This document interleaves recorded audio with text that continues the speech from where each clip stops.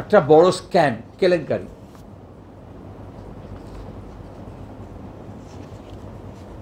শুরু থেকে এখন পর্যন্ত সার্ভেড উইথ মিস্ট্রি, রহস্য ঘেরা, কোনো ট্রান্সপারেন্সি নেই, কোনো অ্যাকাউন্টেবিলিটি নেই, কোনো সততা নেই, কোনো দায়বদ্ধতা নেই। আমার আপনাদের 12টা স্লাইড আছে, সেই স্লাইডগুলো দিয়ে আপনাদের দেখাবো। আমরা চাইছি এই বড় স্ক্যাম, কেলেঙ্কারি, তার ব্যাপারে একটা হ্যান্ডআউট আছে, সারা আপনার দিয়ে দেবো, কাগজটা আপনাদের কাছে দেওয়া হয়ে গেছে। ভালো কথা, দেখবেন প্রথম স্লাইডে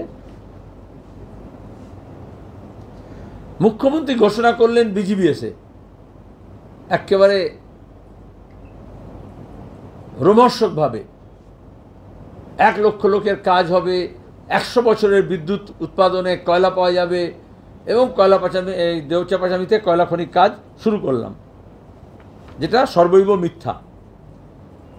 প্রথম কথা হচ্ছে, এই দেউচা পাচামি, দেওয়ানগঞ্জ, হরিণশিঙ্গা, ডিপিডিএইচ, এই কোল ব্লকের অ্যালটমেন্ট পেয়েছে West Bengal power development corporation limited, WBCDCL, 2019 সালের 17 ডিসেম্বর, 17 ডিসেম্বর। এবং তখন বলা হয়েছিল এই অ্যালটমেন্ট এগ্রিমেন্টে যে সেপ্টেম্বর 16, 2019-এ যে অ্যালটমেন্টটা দেওয়া হলো, এগ্রিমেন্ট হলো অ্যালটমেন্টের, তাতে বলা হলো যে WBPDCL তাকে একটা জিওলজিক্যাল রিপোর্ট তৈরি করতে হবে এবং মাইনিং প্ল্যান জমা দিতে হবে 21 মাসের মধ্যে। এখন 66 মাস পার, আজ পর্যন্ত সেটা করা হয়নি, আজ পর্যন্ত করা হয়নি শর্ত, আর মুখ্যমন্ত্রী ঘোষণা করছেন।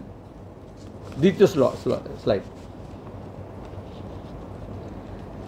এই সময় একটা জনস্বার্থ সম্বলিত মামলায় হাইকোর্টের WBPDCL যে এফিডেভিট দিয়েছে, তার থেকে তথ্য বার করা যায় যে মুখ্যমন্ত্রীর দাবি, ঘোষণা, আর এই PDCL যা বলছে এফিডেভিট করে আন্ডার ওথ, যে কতটা এর মধ্যে ঘাপলা আছে। আচ্ছা, বলা হচ্ছে এত বিশাল, এশিয়ার 2 নম্বর, পৃথিবীর 2 নম্বর, এশিয়ার 1 নম্বর। এখন যেটা করা হয়েছে, এটার জন্য তো সব ক্লিয়ারেন্স দিতে হয়, এনভায়রনমেন্ট ক্লিয়ারেন্স দিতে হয়, তারপর হচ্ছে জনশুনানি করতে হয়, এবং এটা স্কেল অফ অপারেশনের উপরে কত বড়, তার উপরে দাঁড়িয়ে ওটা সেন্ট্রাল এজেন্সি করবে না তাদের যে রিজিনাল বা স্টেট আছে তারা করবে। এই যে এনভায়রনমেন্ট ইম্প্যাক্ট অ্যাসেসমেন্ট, তার জন্য ছাড়পত্র, এদিকে আসলে হচ্ছে 174 হেক্টর পরিবেশ ছাড়পত্রে জালিয়াতি করেছে, কিন্তু ওটাকে ছোট করে দেখানোর জন্য মমতা ঘোষণা করছেন বড়, এখন হচ্ছে 4 হেক্টরের। কারণ ওই তাহলে যে ইম্প্যাক্ট অ্যাসেসমেন্টটা হবে তাহলে অত রিগারাসলি হবে না। 12 একরের, যেটা আগের স্লাইডে আপনারা দেখলেন, তারপরে বলা হচ্ছে যে 12 একর দিয়ে শুরু হবে, তারপরে ওটা 43-44 একর হবে, তারপরে সেটা 431 একর হবে। তার মানে এত বিশাল প্রজেক্ট, কিন্তু এখন 12 একরে জন্য অনুমতি নেওয়া হয়েছে। কেন নেওয়া হলো?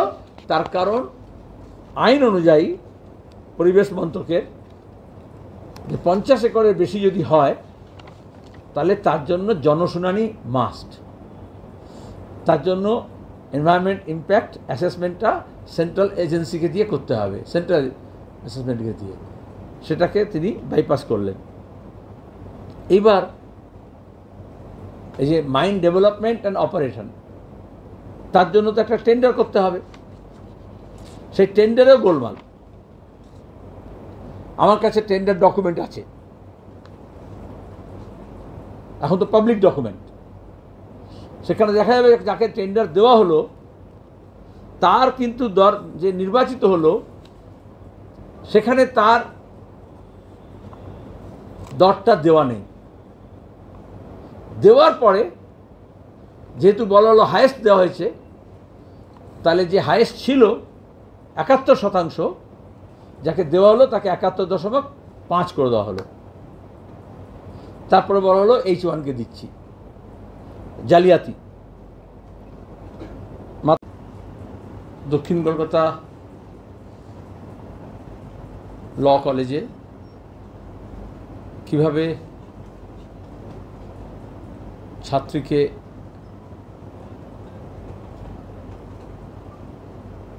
নির্যাতন করেছে, ধর্ষণ করেছে, গণধর্ষণ করেছে, এবং তারপরে যখন অভিযোগ জমা হয়, এখন বোঝা যাচ্ছে এই ধরনের অভিযোগ আগেও পুলিশের কাছে গিয়েছে, প্রশাসনের কাছে গিয়েছে, শিক্ষা দপ্তরে গিয়েছে, মুখ্যমন্ত্রীর কাছে গিয়েছে, কলেজ পরিচালনা কমিটিতে গিয়েছে, কিন্তু কোনো পদক্ষেপ নেওয়া হয়নি।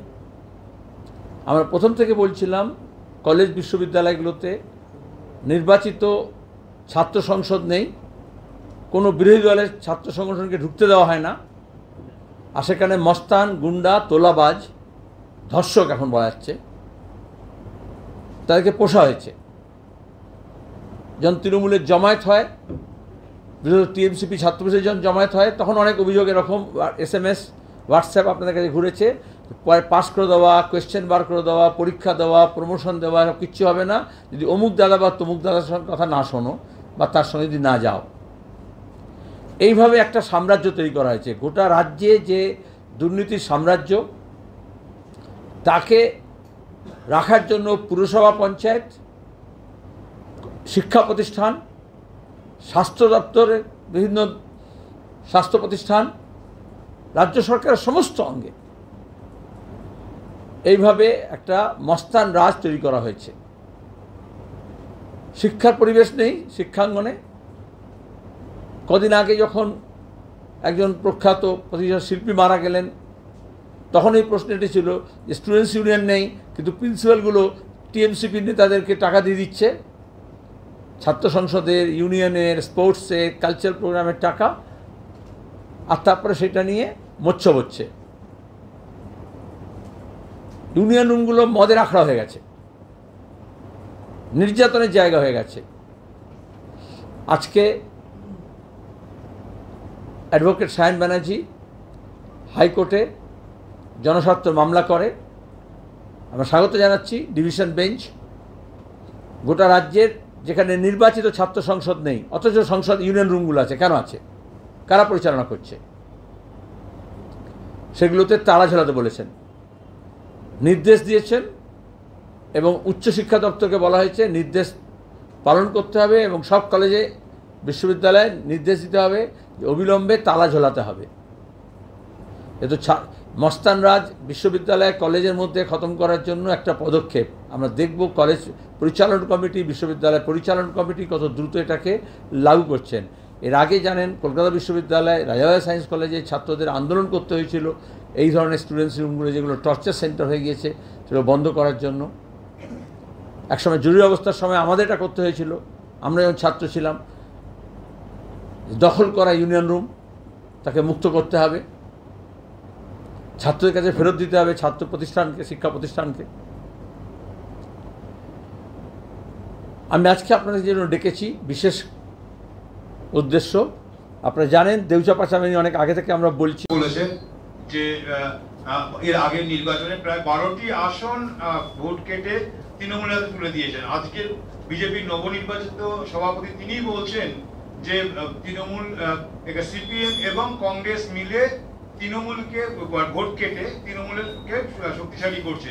আপনারা সেটা না করে সরাসরি তৃণমূলের সঙ্গে একসঙ্গে বেরোতে পারেন, মিছিল করতে পারেন, এরকমটা বলছে। তো বিজেপির কথা তুমি মাইক্রোফোনে কেন বলছো? সিপিএম মাইক্রোফোন ব্যবহার করে বিজেপির প্রচার প্রশ্ন করতে পারো। তুই তো ওরা যেটা করছো সেটা তুমি অ্যাম্প্লিফাই করলে, মানে মাল্টিপ্লাই করছো। সরি, কিন্তু এই এই এই জাতিদের কথা শোনো কেন, আর সেটাই আবার রিপিট করো কেন? কোনো যুক্তি দিয়ে তো বসতে হবে। অধীর চৌধুরী, মোহাম্মদ সেলিম হেরেছিল কেন মুর্শিদাবাদে? কার ভোট কাটার জন্য? লোকসভা নির্বাচনে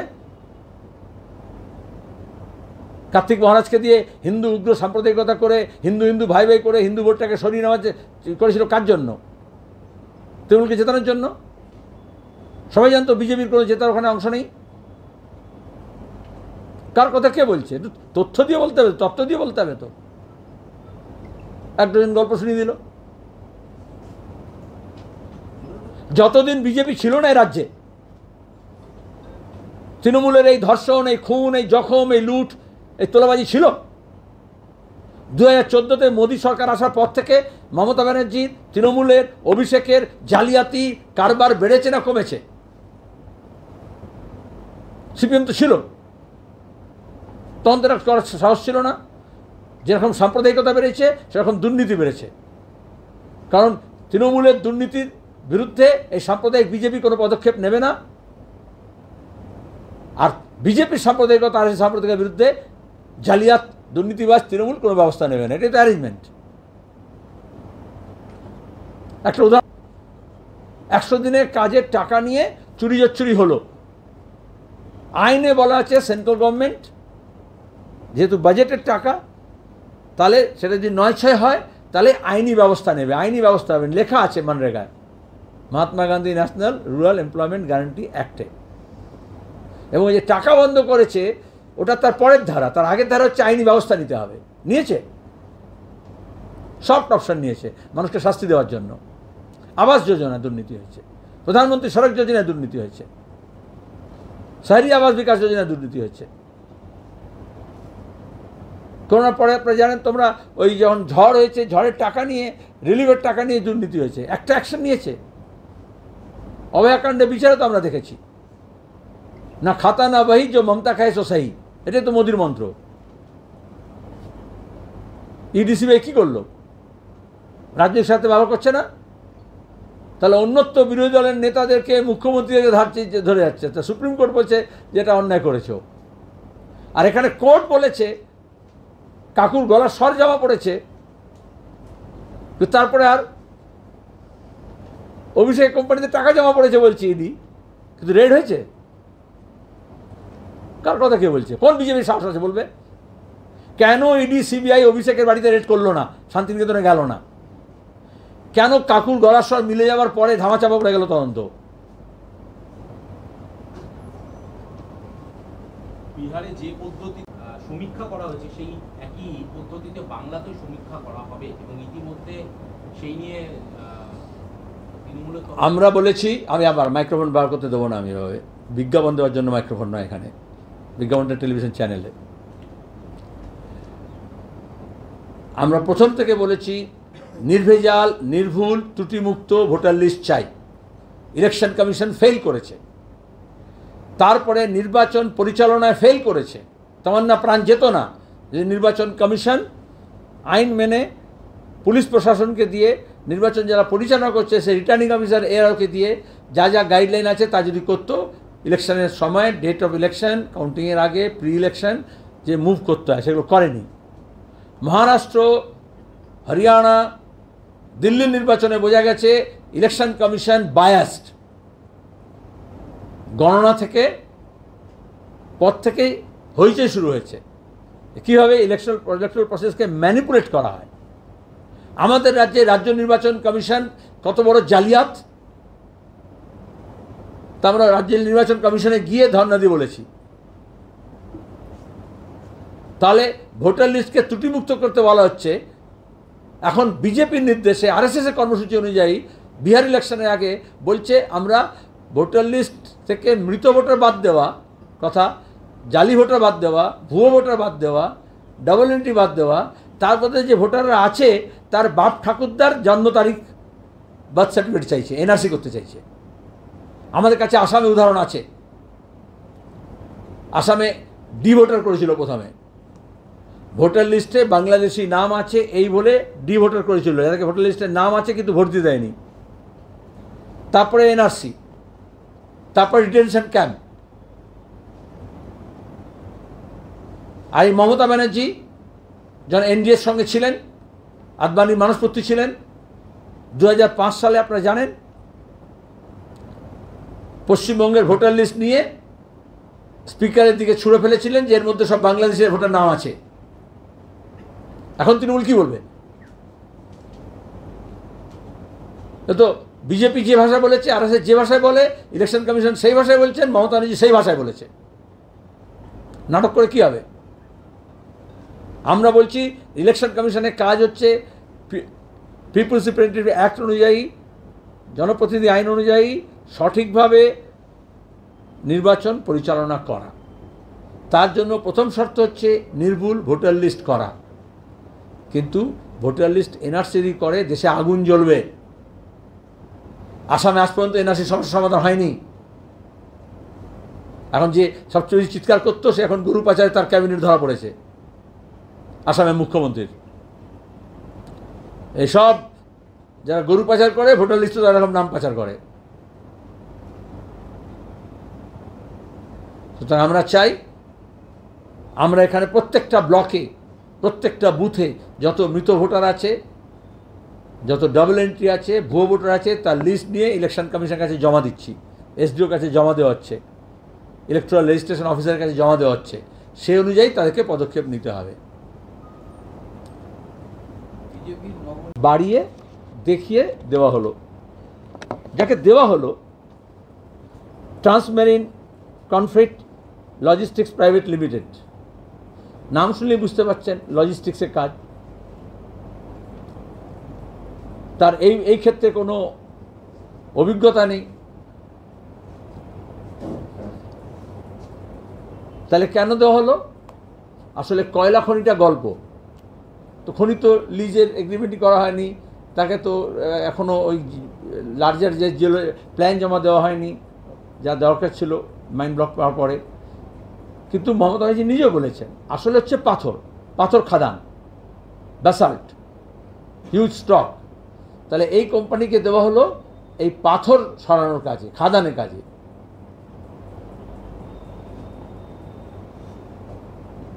ক্যাবিনেটের সিদ্ধান্ত হলো, রাজ্য সরকারের, পশ্চিমবঙ্গ সরকারের ক্যাবিনেটের সিদ্ধান্ত হলো যে এই পাওয়ার ডেভেলপমেন্ট কর্পোরেশন তারা হচ্ছে এই ব্যাসাল্ট সরাবে এবং তাতে কত লাভ হবে এই সব বলা হলো। প্রায় 5,000 কোটি টাকা লাভ হবে, 400 টাকা প্রতি টন হিসেবে বিক্রি হবে। কোথায় বিক্রি হবে? বাংলাদেশে, ঝাড়খণ্ডে, পূর্ব ভারতে, পশ্চিমবঙ্গে তার বাজার দেখে এই পাথর বিক্রি হবে। সুতরাং এই 5,000 কোটি টাকার লাভ করার জন্য এই কোম্পানিকে দেওয়া হলো 28%। তাহলে তার থাকবে এবং সেটা হচ্ছে প্রায় 1,500 কোটি টাকা সে কোম্পানি লাভ করবে। কোন কোম্পানি? যে কোম্পানি যার এটার অতীতে কোনো অভিজ্ঞতা নেই এবং যার হচ্ছে মাত্র হচ্ছে সেই কোম্পানি, আমি আসছি তারপরে। পাওয়ার ডেভেলপমেন্ট কর্পোরেশন পেয়েছে কয়লা জন্য খনি, কয়লা খনি থেকে পাওয়ার জেনারেট করবে। তাহলে পাথর তোলার কাজ পাওয়ার ডেভেলপমেন্ট কর্পোরেশনে কী আছে? তাহলে এখনও পর্যন্ত WBPDCL-এর কাজ হচ্ছে ব্যাসাল্ট পাওয়ার কেনে বিক্রি করা। তার জন্য এই টেন্ডারটা দেওয়া হলো। সেখানে আমি বললাম ঘাপলা আছে, জালিয়াতি আছে। এই এমডিও যাকে দেওয়া হলো কেন দেখবেন, আমি একটু পড়ে দিচ্ছি ওদের থেকেই, যে নোটিশ দেওয়া হয়েছিল এক্সপ্রেশন অফ ইন্টারেস্টের জন্য কোল মাইনিংয়ের জন্য PDCL-এর তরফ থেকে ওই দেউচা পাচামি জায়গায়। সেখানে mine develop cum operator December 24-এ ডেডলাইন করে ইউআই চাওয়া হয়েছিল, ফেব্রুয়ারি 25 পর্যন্ত একটাও এক্সপ্রেশন অফ ইন্টারেস্ট জমা হয়নি। তার মানে কেউ ইন্টারেস্টই নয়। রিয়েল কয়লা খনির জন্য, কয়লার জন্য কয়েকবার রিপিট করা হয়েছে, কিন্তু not a single expression of interest was submitted despite 2 extension of submission deadlines till April 25. ফেব্রুয়ারিতে শেষ ছিল, মমতা ঘোষণা করে দিয়েছেন কয়লা খনি হচ্ছে, কয়লা হচ্ছে, কিন্তু এক্সপ্রেশন অফ ইন্টারেস্ট এপ্রিল পর্যন্ত কেউ জমাই দেয়নি। তাহলে চিফ মিনিস্টারের ঘোষণাটা হচ্ছে একটা ফ্রড। তেল দেউচাপাচামিতে কয়লা উত্তোলন শুরু হলো। পরের স্লাইডে ওই যেখানে করেছিলেন, মহরমকে কেন্দ্র করে এমন কোনো পরিকল্পনা আছে? বামফ্রন্টের তরফ থেকে চেয়ারম্যান আবেদন করবেন। গতকাল আমি নিজে মহেশতলায় গিয়েছিলাম, যেখানে এই তুলসী গাছ রোপণ, তুলসী দলা তৈরি করার নাম করে RSS, বিজেপি আর ওখানকার তৃণমূলের মস্তানরা মিলে যে ধুন্ধুমার কাণ্ড করলো, লুটতরাজ, দাঙ্গা হাঙ্গামা, আমাদের পার্টি অফিস ভাঙা, ওই হকারটাকে পুলিশ ধরে মারলো, পুলিশ, হিন্দু মুসলমান দাঙ্গা হয়নি, পুলিশের থানার সামনে হচ্ছিল, কিছু করেনি, আর পরে ওই হকারটাকে মেরে ঠ্যাং খোলা করে তাড়িয়ে দিয়েছে, এখন সে বেপাত্তা। তাহলে মহরমের সময় গত কয়েক বছর যদি দেখো, আস্তে আস্তে সোসাইটি যেরকম ন্যাশনালাইজড হয়, মডার্নাইজ হয়, তাতে ওই যে মহরমের যে আগে যেভাবে ধুন্ধুমার একটা হই করে হতো, আস্তে আস্তে ওটা পার্টিসিপেশনটা কমছে। একটা বড় অংশের মানুষ ওই অংশগ্রহণ ওইভাবে করেন না, যেটা ওই বেরোয় আর কি মিছিল। আবার কিছু জায়গায় এরকম কিছু লোকেরা ওটাকে নিজের মাতব্বরি জাহির করার জন্য ব্যবহার করে বলে সাঙ্গপাঙ্গ জোগাড় করে, যেমন আমরা রামনবমীর সময়, হনুমান জয়ন্তীর সময় দেখি। কিন্তু শোকের মিছিল বেরোয়, মাতম হয়। এখনকার পরিবেশের সঙ্গে খাপ খাইয়ে আমরা বারবার বলি, সুতরাং সম্প্রীতি শিবির তো সবসময় করতে হয়, এবং সেখানে বিভিন্ন এলাকায় আমাদের কমরেডরা যেসব জায়গাটা, সব নির্দিষ্ট কিছু পকেট আছে যেখানে এগুলো হয়, সেখানে দাঁড়িয়ে আমাদের কর্মীরা থাকবে, বামফ্রন্টের কর্মীরা থাকবে, যারা সাম্প্রদায়িকতা বিরোধী, গণতন্ত্র চেতনা সম্পন্ন ধর্মনিরপেক্ষ মানুষজন আছেন, তাদেরকে নিয়েই ওসব জায়গায় যাতে কোনো উস্কানি না হয়, কোনো মস্তানি না হয়, কোনো গণ্ডগোল না হয়, এবং কোনো সাম্প্রদায়িক পরিবেশ, সম্প্রীতির পরিবেশে তা যাতে নষ্ট না হয়, তার জন্য সজাগ এবং সতর্ক আমরা থাকবো। তৃণমূল নেতাও, এবং শুধু তাই নয়, ফোন যাওয়া নয়, তিনি একজনের সঙ্গে দেখাও করেছেন, এক প্রভাবশালী ছাত্র নেতার সঙ্গে। তাহলে কি পুরো বিষয়টি তৃণমূল কংগ্রেসের ছাত্র নেতারা জানতো? মানে তাদের তো এটাই তো করা হয়েছে। ছাত্র নেতা বললে তো অপমান হয় ছাত্রদের শিক্ষার। এই কলেজ বিশ্ববিদ্যালয়ে যে মস্তান রাজ তৈরি করা হয়েছে টিএমসিপির নামে, তোলাবাজ, গুন্ডা এবং ধর্ষকদের, তাদের নেটওয়ার্ক তো এটা একটা। আরজিকর কাণ্ডের পরে কিরম সব চলে এসেছিল না, নর্থ বেঙ্গল লবি, সেই নিয়ে তো পুলিশ কমিশনারকে পাঠিয়ে সব আটকানোর চেষ্টা করেছিলেন। এবারে পুলিশ কমিশনার পাঠাননি মুখ্যমন্ত্রী। কিন্তু আমরা চাই পূর্ণাঙ্গ তদন্ত, নিরপেক্ষ তদন্ত। আর যেহেতু একেবারে ক্রেডিবল এভিডেন্স পাওয়া গিয়েছে ইতিমধ্যে, নির্যাতিতার বয়ান আছে, তারপরে মেডিকেল রিপোর্ট আছে, তারপরে সব মোবাইল ফোনে ক্যামেরা ছবি আছে, সিসিটিভির ক্যামেরায় ছবি আছে, এবং ওই কলেজে কি ঘটে না ঘটে গত কয়েক বছর ধরে এখন তো প্রাক্তন ছাত্রছাত্রীরাও বলছে সেগুলো। আইনের কলেজে কিসের লাইন চলে এটা তো প্রমাণ হয়েছে এখন। এবং সেটা শুধু টিএমসিপি বললে ভুল হবে। টিএমসিপিকে নমিনেট কারা করে? টিএমসিপি কি যে তৃণমূলের সাম্রাজ্য না থাকে? মমতা ব্যানার্জি এবং অভিষেকের সাম্রাজ্যের তো এটা একটা নাটবল্টু, এরা ইম্পর্টেন্ট নাটবল্টু। রাজ্যের দেখা যাচ্ছে একজন লাইব্রেরিয়ানকে নিয়োগ করা হয়েছে, বলা হচ্ছে 3 দিন একটি স্কুলে, 3 দিন আরেকটি স্কুলে। মানে এইরকম কি নিয়োগ, সরকারি নিয়োগ হয়? আচ্ছা, শুধু মমতার বই কিনতে আর মমতার বই পড়তে হয়, তাহলে লাইব্রেরিতে লাগে না। গোটা রাজ্যের পাবলিক লাইব্রেরির 1/3 চলছে, 2/3 বন্ধ। বামফ্রন্টের আমলে 34 বছরে আমরা একটা লাইব্রেরি মুভমেন্ট করেছিলাম। শুধু স্কুলে নয়, ক্লাবে নয়, পাড়ায় পাড়ায়, ব্লকে ব্লকে লাইব্রেরি তৈরি হয়েছিল। এখন লাইব্রেরিয়ান নিয়োগ হয় না। স্কুলে কলেজে লাইব্রেরিয়ান নেই, পাবলিক লাইব্রেরিতে লাইব্রেরিয়ান নেই। এটা নাম যাবে স্কুল বলে আপনার কাছে খবর এলো, নাহলে যেটা পাবলিক লাইব্রেরি আছে জেলায় জেলায়, সেখানে একজনকে 3টে লাইব্রেরিতে যেতে হয় শুধু হাজিরা খাতা নিয়ে। শুধু হাজিরাই হয়, লাইব্রেরি চলে না। বই পাড়ায় গিয়ে কান পাতুন, যেখানে বই ছাপা হয়, বিক্রি হয়, যে বলে পঠন পাঠন উঠে গেছে বলে বই ইন্ডাস্ট্রি কমে যাচ্ছে।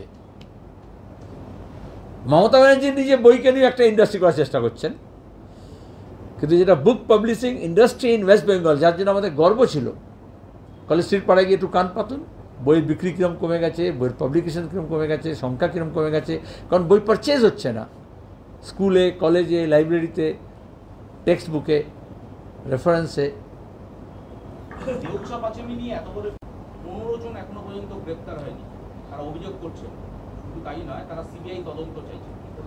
হাইকোর্টে আইনজীবীর সঙ্গে যোগাযোগ করেছেন, তারা ওখানে ফাইল করবেন কেস, এবং ওনার দাবি আর কোনো নতুন তামান্না যাতে না হয়। ওই রকম 9 বছরের ফুটফুটে শিশু এই মাসে 28 তারিখে জুলাইয়ে তার 9 বছর পূর্ণ হতো, 10 বছরে পা দিত। সেখানে দাঁড়িয়ে ওই গ্রামকে সন্ত্রাস মুক্ত করতে বলেছিলেন, এইটুকু কোথায় বলেছিলেন। এখন তো আমরা বলছি গোটা জেলা, গোটা রাজ্যকে সন্ত্রাস মুক্ত করতে হবে। তার প্রথম শর্ত ছিল সমস্ত বোমা, বন্দুক, পিস্তল, যেটা দিয়ে ওরা ভয় দেখায়, ভোটের আগে দেখিয়েছে, ভোটের পরে দেখিয়েছে, সারা বছর ধরে দেখায়, রেইন অফ টেরার, সেগুলোকে উদ্ধার করতে হবে। এখনও করেনি।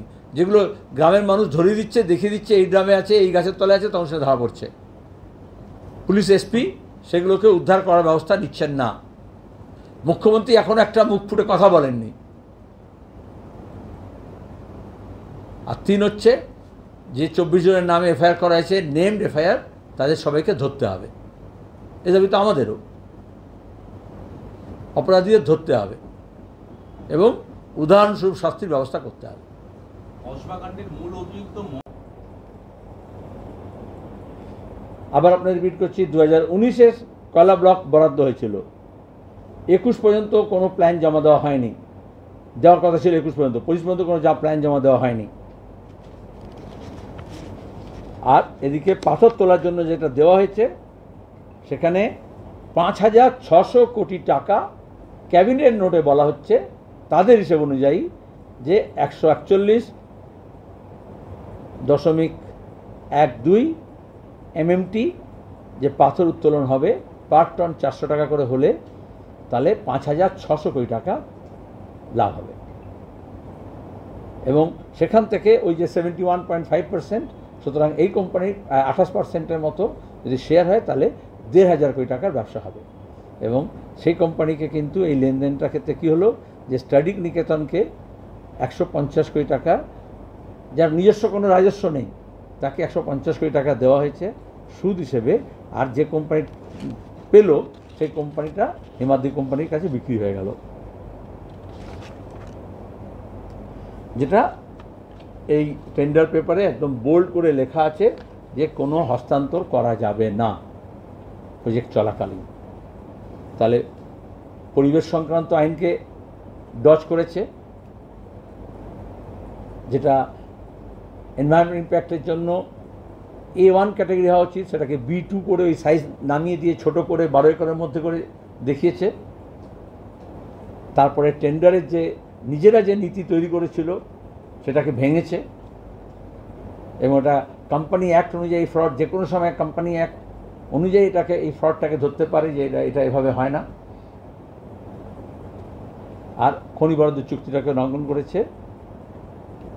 এটা হচ্ছে, যদি খুব ছোটো করে বলি তাহলে অবহেলা, আর বড় করে যদি বলি তাহলে বড় স্ক্যাম। সেই স্ক্যামের আমরা চাইছি বিচার বিভাগীয় তদন্ত। মিটারের মধ্যে বিক্ষোভ দেখাতে না পারে। হ্যাঁ, তো আসলে তো হচ্ছে প্রতিবাদ বিক্ষোভ যাতে না হয়। ধর্ষণ করতে পারে গার্ড রুমের মধ্যে, প্রয়োজনে প্রিন্সিপাল রুমের মধ্যে, এখনও করেনি। কিন্তু এই যে প্রতিবাদ হবে না, কেউ কোনো কথা বলবে না, অভিযোগ জানালে অভিযোগের শোনাই হবে না, এটা কেন করে? অথরিটেরিয়ান, স্বৈরতান্ত্রিক প্রবণতা। ছাত্র সংগঠন থাকলে, ছাত্র সংসদ থাকলে, প্রতিবাদের অধিকার থাকলে, বিরূপ মনোভাবও থাকলে, বিরোধিতা করার সুযোগ থাকলে এগুলো তো হতো না। তাই তো কালীঘাটের সঙ্গে সম্পর্ক থাকবে এমন লোকজন, তাদের চুজেন পার্সনস, তারা কলেজ চালাবে। সেই ছাত্র সংসদের নেতা হবে, সেই মন্ত্রীর ঘনিষ্ঠ হবে, সেই কর্মচারী হবে, সেই উকিল হবে, সেই প্রিন্সিপালের ঘরে পা তুলে বসে থাকবে। আর 100 মিটারের মধ্যে কেউ যাবে না, 1000 মিটারের মধ্যে কেউ যাবে না। তো আপনার মনে আছে অভয়া কাণ্ডের পরেও, আরজি করার পরে মমতা এরকম কিছু নির্দেশ পাঠিয়েছিল না, যে মেয়েরা রাতে ডিউটি করবে না, একা করবে না, আছে পুরুষ সঙ্গী থাকবে না। তো ওসব উদ্ভট চিন্তা, ওরকম উদ্ভট মাথা থেকে বেরোয় না। আমরা চাইছি যে ক্যাম্পাসের মধ্যে যে গণতান্ত্রিক পরিবেশ আছে সেটাকে ফিরিয়ে আনতে হবে। ছাত্র শিক্ষা,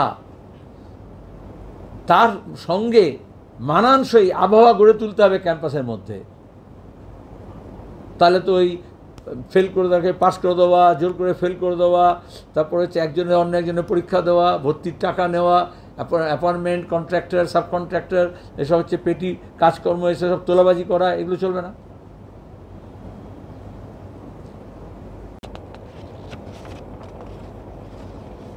সেকেন্ড লাস্ট দুটো দিকে এই আমি আগে বলে দিয়েছি, এখনও কোনো ব্যবস্থা নেয়নি, কোনো তদন্ত হয়নি।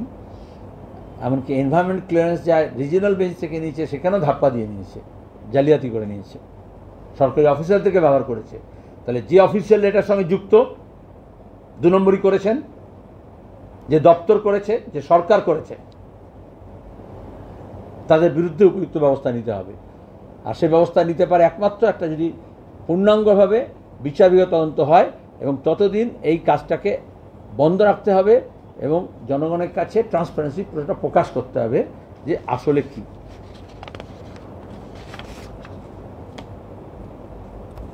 ইয়োর কোয়েশ্চেন, যদি কিছু বুঝতে অসুবিধা হয় তো you can also, any investigative journalist can dig this. কয়লা বেরোনোর আগে, পাথর বেরোনোর আগে এই কঙ্কালগুলো বেরোবে, দুর্নীতির স্কেলিটনস। হ্যাঁ, আরও অনেক কিছু হবে, বললাম তো, আছে তো এত ডকুমেন্ট, আমি তো দিয়েছি একটু।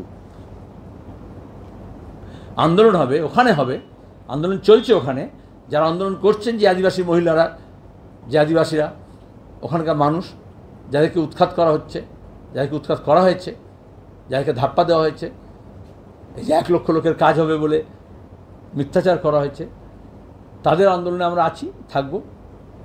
আমি নিজে বীরভূমে যাব 10 তারিখে, 14 তারিখে।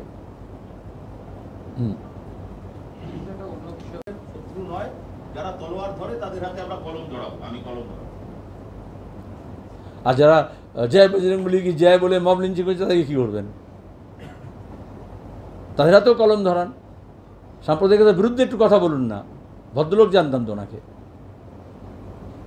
আর এখানে কজন লোক তলোয়ার নিয়ে ঘোরে, কজন লোক ত্রিশূল নিয়ে ঘোরে? আজ গোটা স্কুলে শিক্ষা ব্যবস্থা বন্ধ হয়ে যাচ্ছে, কলেজ বন্ধ হয়ে যাচ্ছে, পড়াশোনা বন্ধ হয়ে যাচ্ছে। যেখানে কলম ধরার কথা, যেখানে স্বাক্ষর করার কথা, যেখানে শিক্ষা চালানোর কথা, সে ব্যাপারে কোনো কথা বলছেন না কেন? এই হিন্দু মুসলমান ছাড়াও তো কিছু রাজনীতির বিষয় আছে, সেটা একটু করুন না। নিয়ম না মেনে হস্তান্তর হয়েছে, এগুলো আপনারা পেতে পারেন। বিষয়টা কিন্তু জালিয়াতি।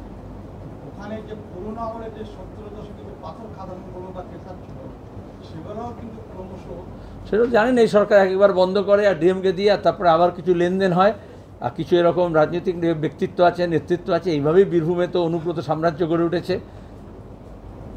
এভাবেই একজন রাজ্যসভা মেম্বার হয়েছেন, তারপরে ওই দরদাম ঠিক হয়, আবার নতুন করে আবার কাজ শুরু হয়।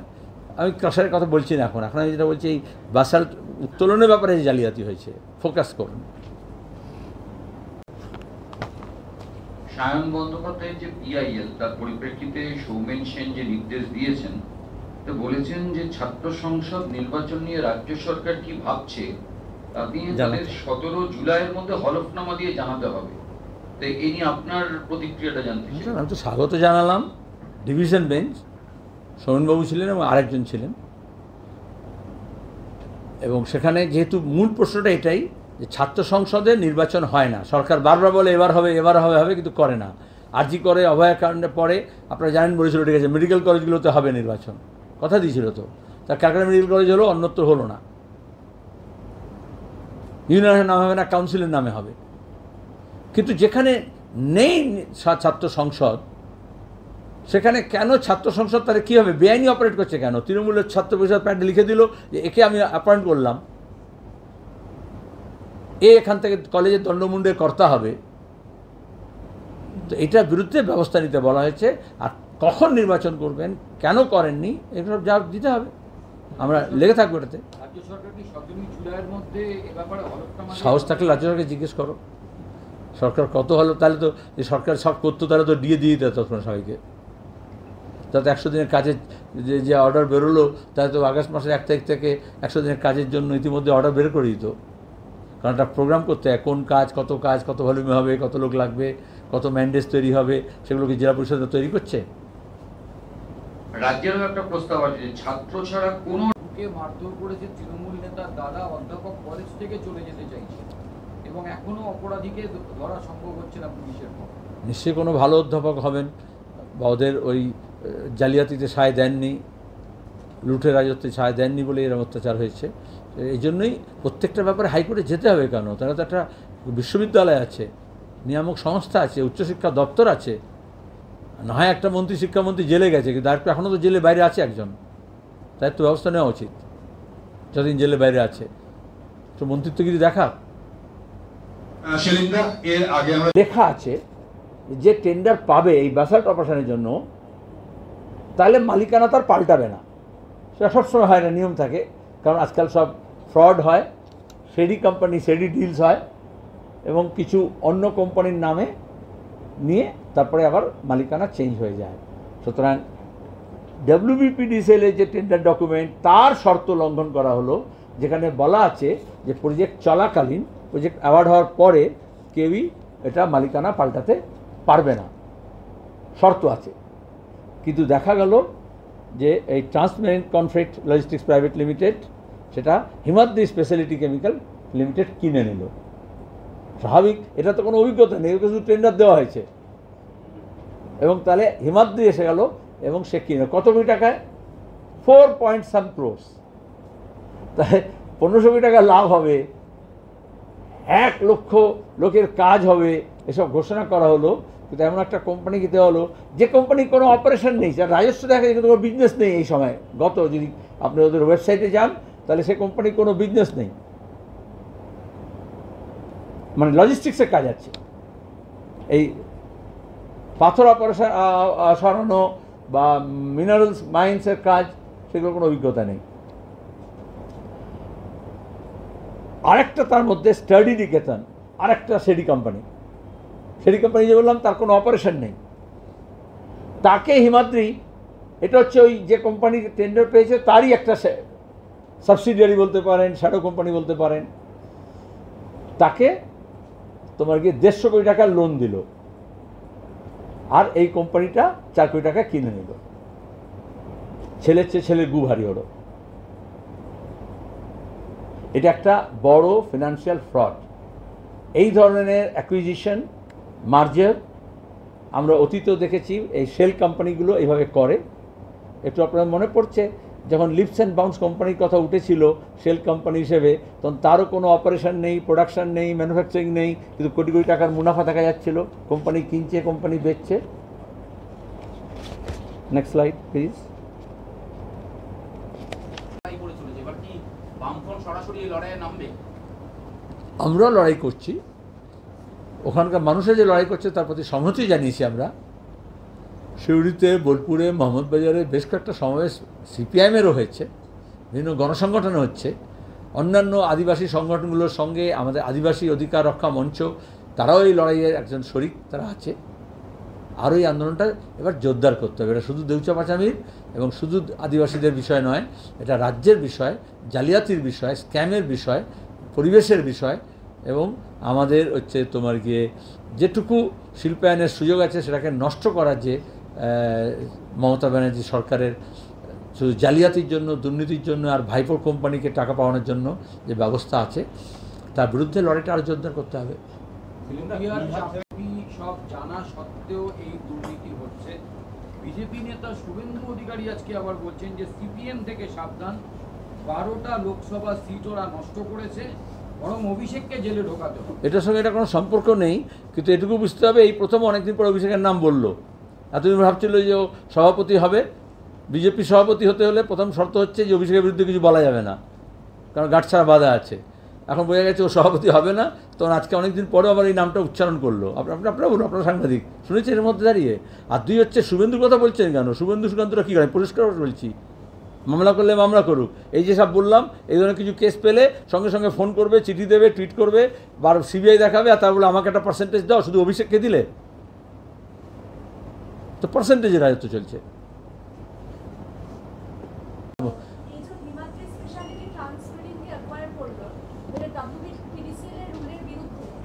টেন্ডারের ডকুমেন্টসের বিরুদ্ধে শর্ত যেটা দেওয়া হয়েছিল টেন্ডারে, এটা তার বিরোধী, অ্যাকোয়ার করতে পারে না। I can read out.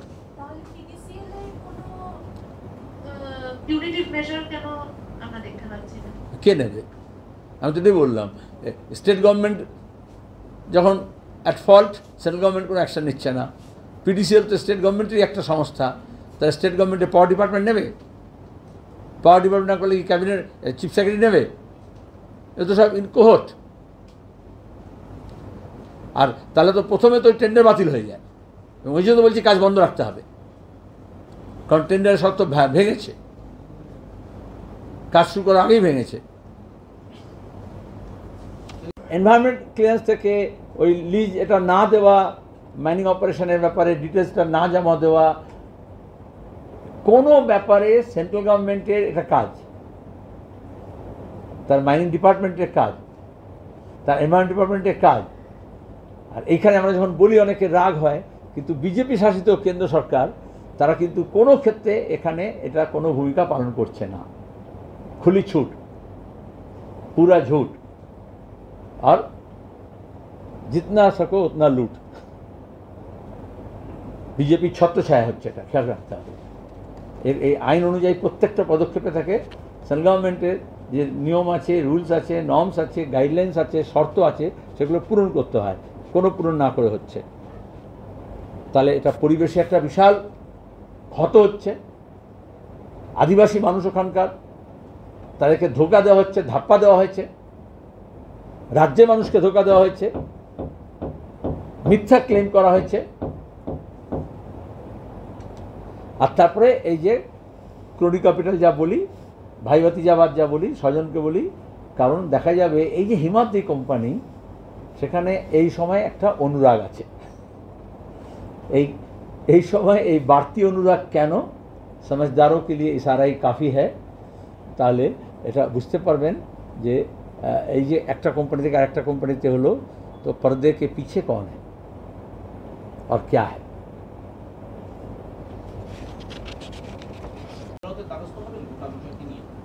আদালতে ইতিমধ্যে মামলা চলছে। আমি তো তার মধ্যে একটা তো যে এফিডেভিট দাখিল করেছে WBPDCL, তার থেকে তো আমি বার করে দিলাম কিছু কিছু, নজর আনছি। তারপর আদালতে নজরে আনা হবে। কিন্তু তার থেকে বেশি হচ্ছে ওইখানে আন্দোলন যেটা চলছে, যেটাকে পুলিশকে দিয়ে, মস্তানকে দিয়ে, লোভ দেখিয়ে, টাকা দিয়ে কেনাবেচা করে যে আন্দোলনকে দমানোর চেষ্টা করছে, সেই আন্দোলনটা আরও জোরালোভাবে হবে। সেলিমদা এইদিকে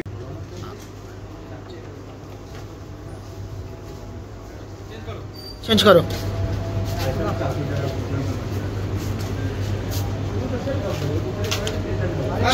চেঞ্জ করো, চেঞ্জ করো, চেঞ্জ করো,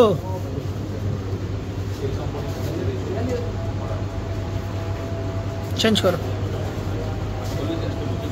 চেঞ্জ করো, 5 সেকেন্ড করে রাখো, চেঞ্জ করে দাও, চেঞ্জ করে দাও,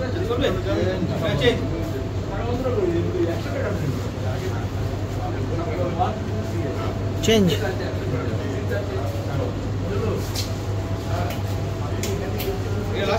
চেঞ্জ,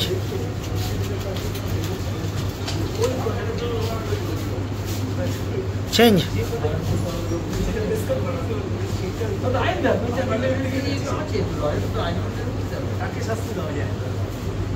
চেঞ্জ,